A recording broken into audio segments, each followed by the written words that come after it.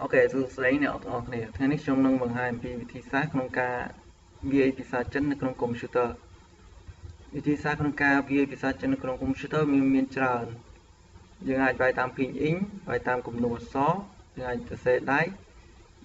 យើងអាចប្រើតាមជូអ៊ីងរបស់ពួកខាងបច្ចេកទេសខាងតៃវ៉ាន់ណាខាងកោះតៃវ៉ាន់គេប្រើហ្នឹងពេលច្រើនអ្វីដែលយើងដឹងគឺភីងអ៊ីងយើងវាយតាមភីងអ៊ីងយកទីអក្សរ O ហ្នឹងទៅវាយ W O ចេះអក្សរ O មកហើយវាយតាម stroke នេះវាយតាម stroke នេះវាយតាមគំនូរអក្សរមានន័យថាគំនូរអក្សរយើងអក្សរណាអញ្ចឹងយើងមើលអក្សរយើងវាយតាមគំនូរអាហ្នឹងអាចប្រើ O2 សម្រាប់ O2 ហ្នឹងខាងពួកដីគោកខាងពួកចិនអីគេប្រើ O សៀមីនេះលក្ខណៈពិសេសមក O សៀមីខ្ញុំក៏អត់សូវប៉ុណ្ណដែរ O សៀមីប៉ុន្តែលក្ខណៈពិសេសវាគឺអាចវាយតាមគំនូរអក្សរវាយតាមជាភាសាអង់គ្លេសយើងអាចអ្វីដែលខ្ញុំដឹងគឺប៉ុណ្ណឹងហើយ O2 នេះយើងវាយតាមគំនូរអក្សរយើងអក្សរគឺអក្សរធានវាយអក្សរធានគឺអក្សរខោវាយអក្សរខោគឺអក្សរយៈយើងវាយអក្សរយៈទីថាមីងអញ្ចឹងខោអក្សរជឺបូកយៈចេញមីងយើងវាយជឺបូកយៈទៅវាចេញមីងឲ្យហ្នឹងអញ្ចឹងហើយចំពោះរបៀបវាយសិក្សាខ្លួនឯងខ្ញុំក៏អត់សូវច្បាស់ដែរអត់សូវជំនាញតែអត់ចេះទេគឺអត់ជំនាញហើយគូដៃនេះយើងឃើញហើយយើងគូនឹងមកហើយជូអ៊ីងនេះដូចខ្ញុំបាននិយាយអញ្ចឹងពីច្រើនគឺអត់មានអ្នកប្រើទេចំពោះតែជនជាតិតៃវ៉ាន់គេប្រើគេប្រើហើយថ្ងៃនេះខ្ញុំបង្ហាញកម្មវិធី2គឺ QQ និង Sogo ព្រោះខ្ញុំឃើញកម្មវិធីហ្នឹងគឺល្អ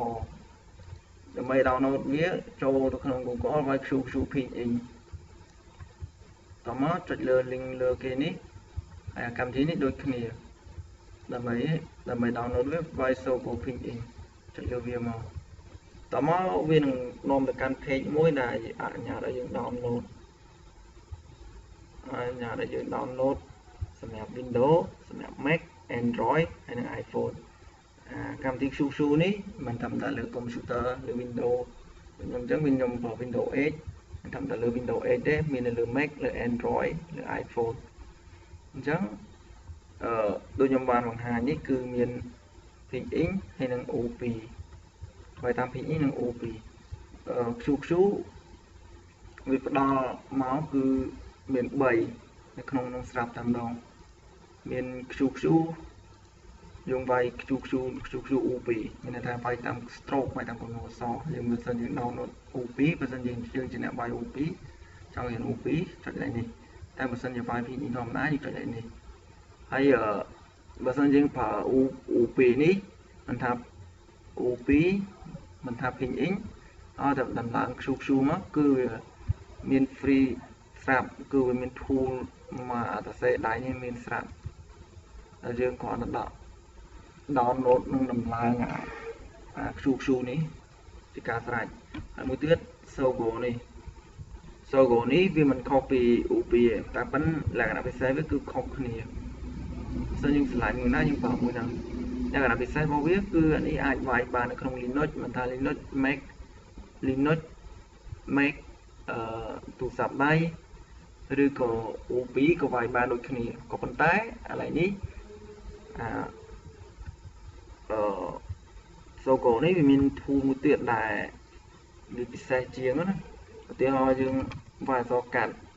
យើងចង់បដូរទៅជាអក្សរពេញយើងមាន tool ផ្លាស់ប្ដូរ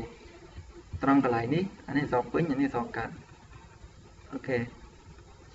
យើងគ្រាន់តែយើងចុច Control C បូកអក្សរ F ហើយអានេះវាមាន theme មានអីច្រើន theme អញ្ចឹងចាស់មានច្រើនមានរាប់ theme ច្រើនមែនតើអូខេហើយតោះយើងបើសិនយើងប្រើ2យើង download 2មកកន្លែងនេះ download មកដំឡើងហើយពេលដែលយើងដំឡើងមកវានឹងមានមកអញ្ចឹងសម្រាប់ Windows X គឺវាចេញមកអញ្ចឹងនេះចេញអញ្ចឹងអូខេតែទាំងអស់គ្នាចំពោះ handwriting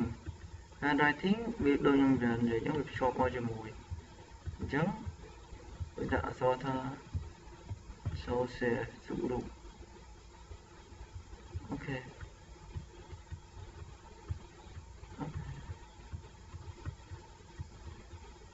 នេះតែយើងអត់ដឹងអក្សរអីមួយខ្ញុំ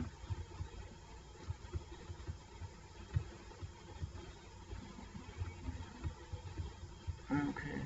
វាមានពីឲ្យអានប៉ុន្តែ logo នេះក៏មានសរសេរដៃដែរតែអានេះខ្ញុំលើកមកបង្ហាញមួយហ្នឹងហើយQយើងអាចវាយភាគញបានដូចគ្នា O2 នេះយើងវាយអក្សរមីងដោយវាយតែ J E G អាហ្នឹងចេញមីងហើយអូខេអាហ្នឹងយើងវាយតាម O2 មួយទៀតគឺខ្ញុំលើកមកនិយាយពី Windows Default មានន័យថា Default ភាគញមក Windows Default ភាគញមក Windows កន្លែងនេះឥឡូវសូមដក O2 ដកអីចេញសូមដក O2 ដកអីចេញសិនDefault Windows ឲ្យមើលDefault Windows កន្លែងនេះ Microsoft ភាគញហ្នឹងអាហ្នឹងមានគ្រប់ Windows មិនថា Windows 8 Windows 7 ឬក៏ HP មានទាំងអស់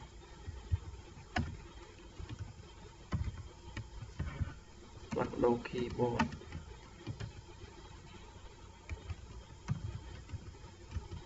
នេះប៉ុន្តែអានេះអាចផ្លាស់ប្ដូរទៅជាអក្សរពេញអក្សរកាត់ដូចជា logo មិនបានទេអូខេលក្ខណៈពិសេសរវាង logo និង Windows Default នេះlogo នេះឧទាហរណ៍ពាក្យដែលយើងប្រហាដូចជា Coca-Cola ឬក៏ពាក្យ Coca-Cola ពាក្យ Coca-Cola ណាដូចពាក្យកងកោមានថាពាក្យប្រហែលពាក្យប្រហែលយើងគ្រាន់តែវាយក្បាលវាគឺបានឧទាហរណ៍ពាក្យដែលយើងធ្លាប់វាយ Coca-Cola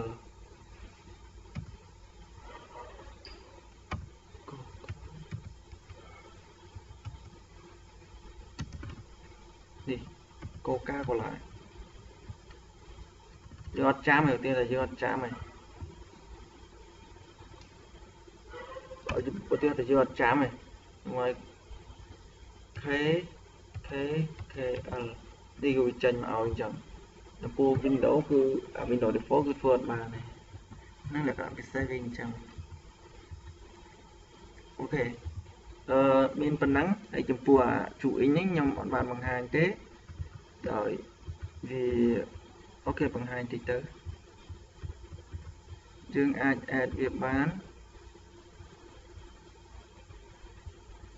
ក្នុងការ add វានៅក្នុង Windows 8គឺយើង add input method នេះអូខេ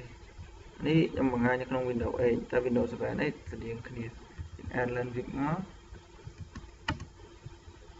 ពាក្យ Chinese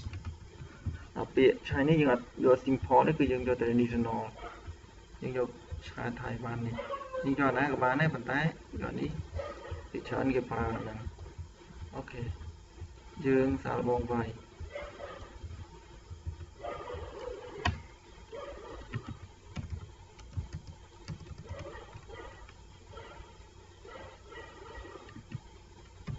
នេះគឺ purple វិញអញ្ចឹង purple muffler អានេះចឹងទៅឧទាហរណ៍ខ្ញុំវាយអក្សរមីនេះត្រូវដាក់សម្លេងទី2មីហ្នឹងគឺមីវាពិបាកវាយបន្តិច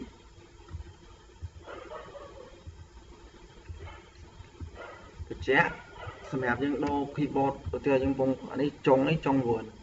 ចិននេះចង់ដូរទៅជាភាសាអង់គ្លេសឧទាហរណ៍ទៅជាអក្សរ C គឺវីដេអូអក្សរ C គ្រប់ keyboard ទាំងនោះមិនថា traditional ឬក៏ Chinese pin Q នេះគឺប្រើអញ្ចឹងទាំងអស់អូខេអរគុណចំពោះការបង្ហាញមានចម្ងល់អាចសួរខ្ញុំតាមរយៈ link description នេះបាទសូមអរគុណ